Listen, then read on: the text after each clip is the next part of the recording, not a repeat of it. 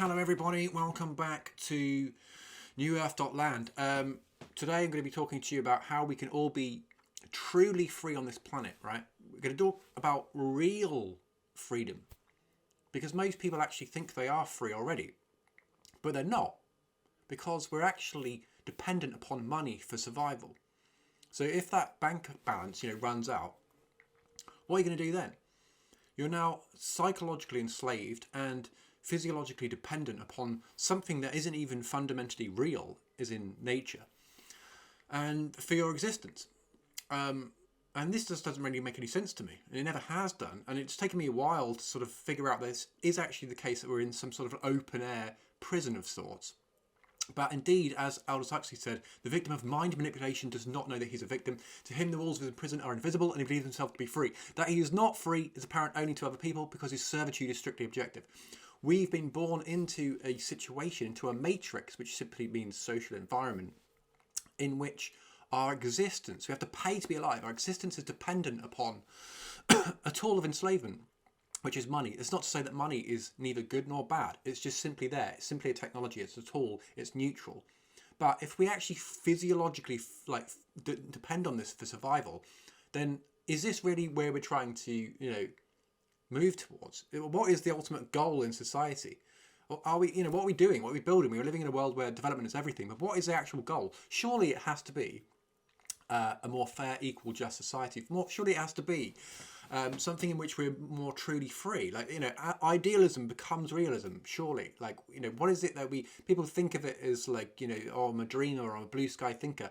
That whole point is surely for us to sort of reach for an ideal and then manifest that ideal on the physical plane. And so that's really what I'm trying to do with New Earth. And I'm having to talk about anything and everything to sort of wave my arms around and say, hey, why don't we just do this? And so it's been hard for me to actually refine the content of this channel, because ultimately I just want to talk about this all the time, but I'll just be repeating myself and it might get a bit boring. So I'm talking about things that are variously to do with spirituality, metaphysics, and sort of esoteric science, you might think of it. Thinkers like Rudolf Steiner, Manly P. Hall, and Alan Watts, and some philosophical kind of things to get people interested in higher consciousness, because higher consciousness is what's required if we're to actually overcome the problems that we're faced with. As Albert Einstein said, no problem can be solved from the same level of consciousness that created it. So how can we actually be truly free on this planet? Well, this is how. We have to do what the government should have been doing all along, should be doing today and should be doing in the future, but never will. And that is to simply use the money that we are ultimately crowdfunding to the government.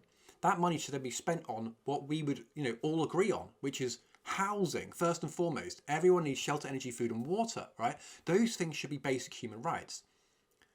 This is the way that we go forward. This is how we pave the foundations of a better world. Because once we're truly free, we will actually be able to align ourselves to our passions, and we will begin to live a more fulfilling lifestyle. And of course, that's not even mentioning the fact that we could absolutely eradicate poverty and alleviate inequality in the process. And environmentally, we can clean up all of these insane things that we're doing to the world. There's all sorts of agendas going on, and it's quite simply the case that if we come together, we can actually be the government, because we already are the government. We are 99.9%, right? The politicians, all these, tricksters, they comprise probably the 0.0001%, yet they are the ones that have duped us into living in this society, this matrix of psychological enslavement and total control. And it's going to get worse and worse and worse as we descend into this technocracy. So what we have to do is we need to create true autonomy. We need to be physiologically independent, so that everything that we fundamentally need for our existence is locally, understandably provided for us in our immediate environment. So that's exactly what I've been doing here at New Earth. So if you go onto newearth.land, you can see the sort of suburban context for the building that I've designed.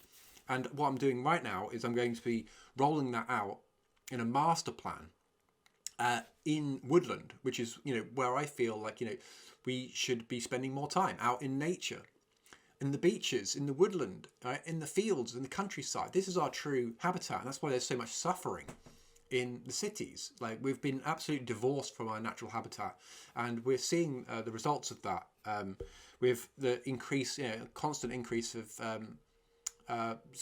psychological issues, mental health problems. So what we need to do is we need to crowdsource our land. We need to hold it in common. And we need to start organising ourselves as those who love war, as Malcolm X said. Not Malcolm X, as old Gandhi said. No, it wasn't even him. It was Martin Luther King. Those who love peace must learn to organise themselves as effectively as those who love war. Right? So we need to understand that, like, if we keep thinking that the government is the solution when it's the problem, then we're going to keep living in this stagnant state of consciousness where we're not going anywhere fast. We're just sort of hamsters on a wheel, thinking they're going to solve this, do that. It's just a sport. Politics is just a sport for the intellect. That's all it is. And they don't actually have the intelligence to see that we're building our own prison. And of course, the ego gets pulled along the way for these politicians as they start ascending through the hierarchy. And they forget to realise that actually nothing's really getting any better. It's two sides of the same coin, right? That's all it is. So, with the left wing and the right wing, these are ultimately two wings of the same bird. It's a centralised thing. And so the PSYOP exists because they understand that we're individuals in a collective. So they keep imbalancing the mind in that way. But we can reconcile those two seemingly opposing forces and balance, right? That's what we need. So if we decommodify shelter, energy, food and water and make those things human rights, then on top of that, we can build very much the continuation of the society that we've been living in some regards. Which is that, we pay for this, we have tokens for this, and that, and that, and that. But if you actually physiologically need it for existence, such as shelter, energy, food and water, those things, surely, if we actually go to progress and live in a better world, we have to decommodify those things, which simply means to make those things human rights. And that's what I'm campaigning for here at newearth.land. So if you can resonate with any of that, and of course, if you go onto the website, you can learn more about this in greater detail. But ultimately, in a nutshell, all we need is to crowdfund. Remember, 1 million people with £1 equals £1 million. But one person with £1 million equals the same amount of money. But psychologically, it's totally different because that person with £1 million is always going to operate from vested interests. Just like today, right? They're buying land, they're building homes. They're not doing it though for people, they're doing it for profit. And therefore we're rent slaves. We're psychologically enslaved. The rent keeps getting increased. The bills keep getting increased. It's just going to continue like this. But if we actually come together and create the same amount of wealth, but in numbers, which is, of course, like I'm saying, what the government should be doing, but never will. That's it. So that's how they can fool you, because they control both sides. As Lenin said, the best way to control the opposition is to lead it ourselves. So let's not subscribe to this whole political spectrum of left wing, right wing. It's all just one big psyop. All we've got to do is get on with it. And so it starts by us actually coming together, organising ourselves, connect, share, support. Those are the 3 steps. I've waffled on enough in this video for you to perhaps get a gist of what I'm talking about, but do check out newearth.land to learn more about this. And I haven't made any videos for a while, but I do intend on making them more regularly.